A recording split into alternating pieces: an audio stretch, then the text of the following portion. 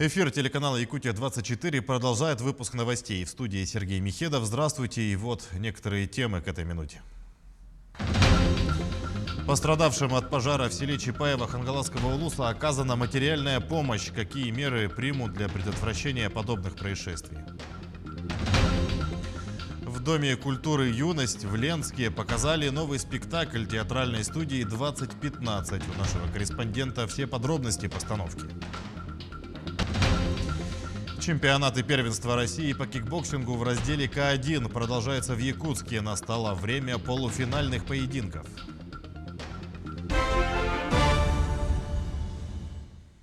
По поручению главы региона пострадавшим от пожара в селе Чапаево Хангаласского района будет оказана материальная помощь. Об этом сегодня сообщил исполняющий обязанности первого зампреда правительства Якутии Дмитрий Садовников на совещании комиссии по чрезвычайным ситуациям. Глава Хангаласского района сообщил, что предварительная причина пожара еще не определена. Сейчас на месте работают следователи. Напомним, в результате пожара погибли 4 человека, 2 детей и 2 взрослых. Из 9 госпитализированных 5 человек отправлены на амбулаторное лечение. 1 пациент находится в тяжелом состоянии, еще 1 в удовлетворительном. У всех диагноз отравления угарным газом. 2 детей отправлены в Якутск. По итогам КЧС было решено из регионального бюджета выделить 1 миллион рублей на обеспечение пожарными оповещателями. Органам местного самоуправления поручено обратить внимание и конкретно разработать и реализовать это мероприятия, направленные на профилактику и направленные на информирование населения. Особенно мы сегодня это подчеркиваем по пиростикерам или по дымовым извещателям. Эти простейшие приборы, они дадут именно то, что мы минимизируем наши пожары на территории республики.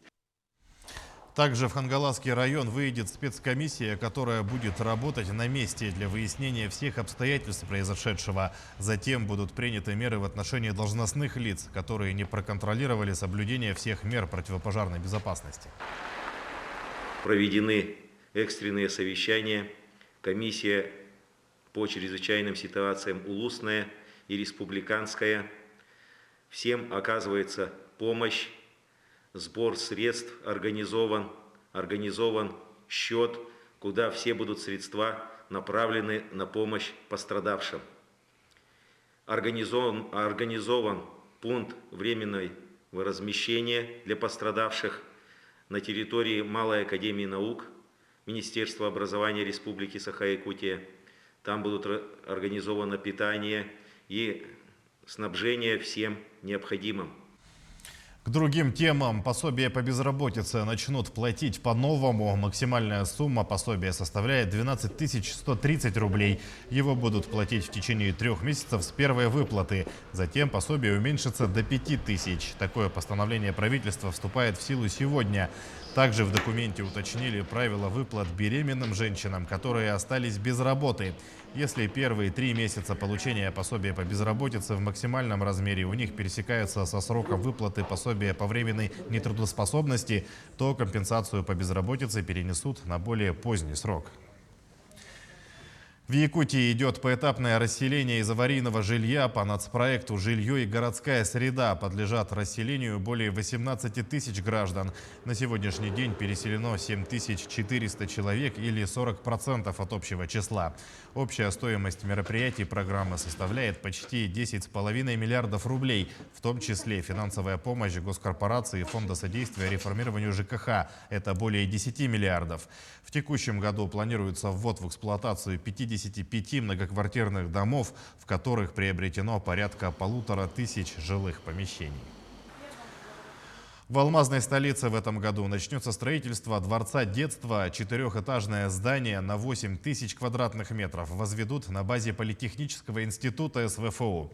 Алроса выделила на проект 230 миллионов рублей. Это будет самый большой районный образовательный центр. В здании разместят 40 секций от музыкальных и танцевальных студий до ремесленных мастерских. Посещать Дворец детства смогут дети разных возрастов, в том числе и малыши. Одновременно центр вместит 4 сотни ребятишек. Весенние каникулы на сцене Дома культуры «Юность» в Ленске прошел спектакль театральной студии «2015» Центра доп. Образования СРГ. Режиссер-постановщик спектакля, руководитель студии Светлана Чуйко. В числе зрителей побывала и наш корреспондент Анна Кожевникова.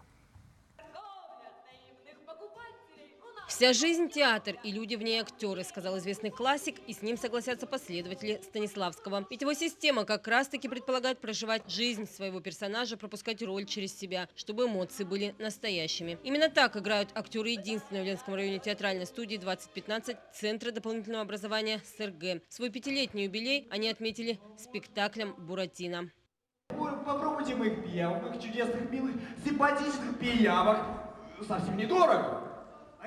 Взгляды детей неотрывно следили за артистами, которые умело погружали в атмосферу сказки. Хотя некоторые из юных дарований – ровесники зрителей. Например, Буратино сыграла 11-летняя Рената Курбонова. Сложно играть мужскую роль? Ну, есть такое, иногда бывает. Сначала было страшно, потом более-менее стало. Как зрители воспринимают Буратино? Ну, говорят, все время за кулисами кричат «Буратино, Буратино», я слышала. Спектакль шел 4 дня, каждый день по 2 представления. Неимоверные силы были затрачены на этот самый масштабный в истории студии проект. Это, наверное, наш самый крупный проект, но роль на самом деле несложная. Это уже главное, чтобы не вошла в привычку и каждый раз переживать по-новому свой образ, чтобы верили зрители, чтобы ты сам себе верил. Какие бы вот роли ты хотела еще сыграть? Даже не знаю, если в детских спектаклях, то какую-нибудь отрицательную роль. Потому что надоело играть добрячков, нюнь. Вот сейчас Пьеро, ну это хотя интересный образ, но все-таки хочется немножко вот побыть такой злой. Я играла, получается, Забаву в спектакле «Летучий корабль», играла Фелицию в нашем первом спектакле детском «Сказки Фелиции», и во втором составе «Бабьего бунта» я играла Настеньку.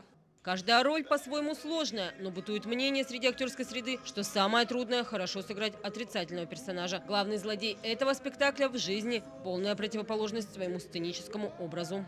Театр мне уже здесь понравился, я сначала здесь 2 года был.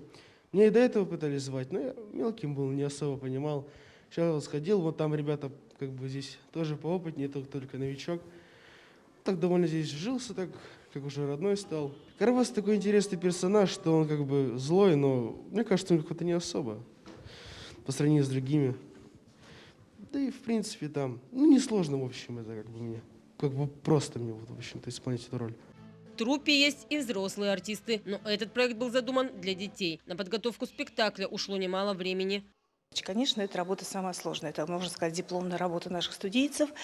Она масштабная, она по актерскому мастерству очень сложная, по сценографии, по элементам костюма, в общем, там по действию. Ну, да, вот эта работа именно самая сложная. Первоначально, когда вообще мы задумываем новый проект, я имею в виду спектакль, обсуждается и выстраивается общее решение спектакля. Обдумывается определенный подход к нему, рисуются макеты сценографические, потом это все ложится на стол иллюстратору. Иллюстратор это все дорабатывает, потом мы все это согласовываем, собираем общую концепцию, разрабатываем костюмы. Более 2000 зрителей посетили Дворец культуры «Юность» в эти дни, чтобы увидеть Буратино. Зрители оставляли свои отзывы в соцсетях, среди которых только восторг и преклонение перед талантом юных актеров и опытного режиссера. Но для артистов лучшая награда – аплодисменты. Анна Кожевникова, Виталий Андреев, Ленск. Чемпионаты первенства России по кикбоксингу в разделе К1 продолжаются в Якутске. Состязания посвящены 30-летию Федерации кикбоксинга и победе якутянина Александра Иванова на чемпионате мира, который стал первым чемпионом мира из Советского Союза. Участие в поединках принимают более 380 сильнейших кикбоксеров из 40 регионов России. Сегодня, в третий день чемпионата, на ринг выйдут 13 кикбоксеров из Якутии.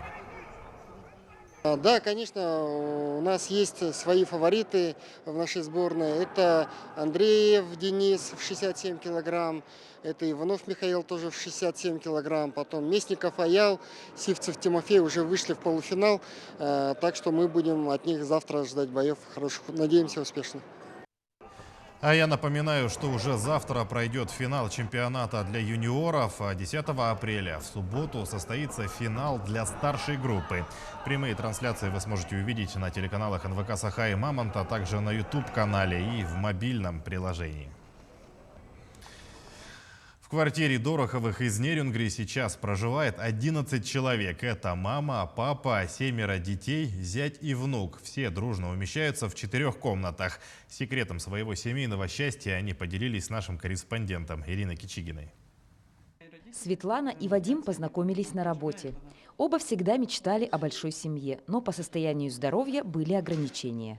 Поэтому встал вопрос о том, чтобы сделать счастливыми не только своих детей, но и тех, кому не повезло воспитываться в родных семьях.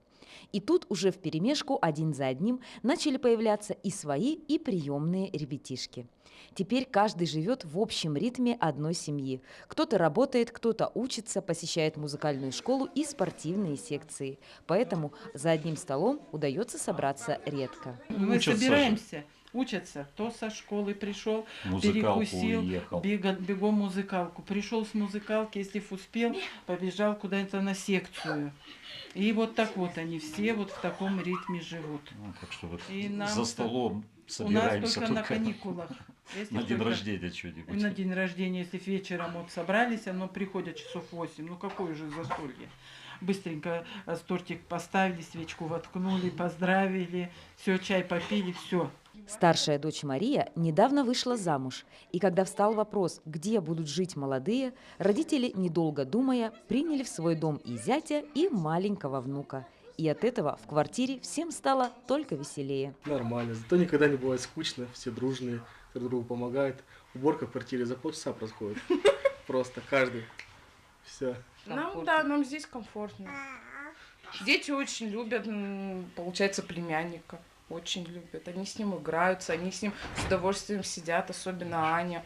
Она очень говорит, давайте я посижу с ним, говорит, пойдите там куда-нибудь, говорит, я с ним, говорит, ваши 2 часа свободные, говорит, я заберу его. Поэтому все хорошо. Каждый год летом вся семья ездит в отпуск на своем автомобиле, который специально приобрели, чтобы уместить все большое семейство.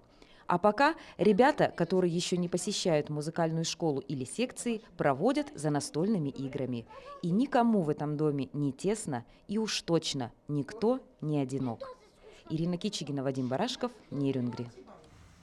Мы продолжаем следить за развитием событий. Помните о безопасности, носите маски, соблюдайте безопасную дистанцию и оставайтесь с нами.